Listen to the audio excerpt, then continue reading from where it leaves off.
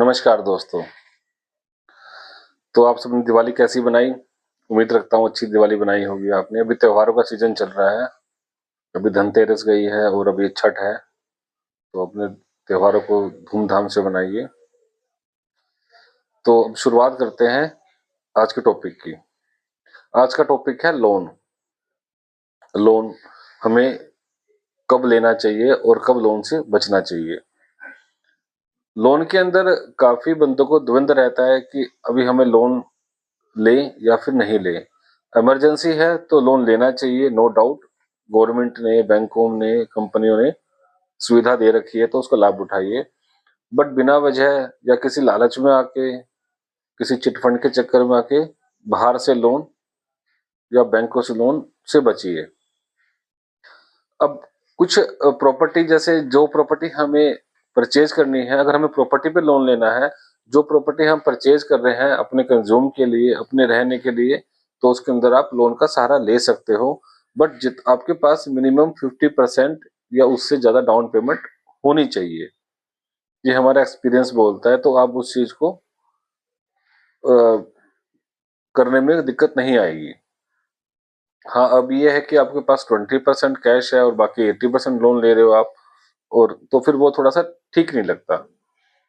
और business loan के अंदर अगर लोन लेना है तो बिजनेस लोन के अंदर कभी भी उस बिजनेस के ऊपर लोन से बचिए जहां पर आपको नॉलेज नहीं है, जहां आपका कोई बैकग्राउंड नहीं है।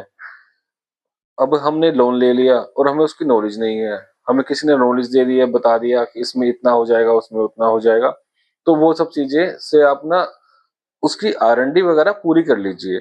उसमें काम कीजिए 1 साल 6 महीने, जो आपको लगता है जो उस बिजनेस की प्रोफाइल है, उस काम के बारे में सीखिए, जानिए। फिर लगता है क्या नाम है कि ये काम हमारा चल जाएगा, शुरू में कम पूंजी से स्टार्ट कीजिए अपना बिजनेस। अगर वो बिजनेस दिखता है कि ग्रोथ कर जाएगा, उसमें पोटेंशियल है, स्ट्रेंथ है, तो आगे आप उसमें अंदर लोन ले सकते हो। बिजनेस लोन थोड़ा सा महंगा पड़ता है देन प्रॉपर्टी लोन से, तो वो सब चीजें आप कंसिडर करके लोन आप ले सकते हैं। और लोन कितना लेना है और आपकी प्रोफाइल पे डिपेंड करता है कि आपकी प्रोफाइल कैसी है। उस हिसाब से आपको लोन पे रेट ऑफ इंटरेस्ट मिलता है, वो उस अमाउंट का लोन मिलता है। लोन लेने से पहले आप 2-3 बातें ख्याल रख लीजिए कि ये फ्लैट रेट पे मिल रहा है लोन, कि यानी कि आपके पास हमेशा सेम EMI बनी रहेगी, या फिर रिड्यूसेबल है, कि यानी कि आपकी जो बेसिक अमाउंट है उसमें से आपका EMI भी कम होता रहेगा हर साल।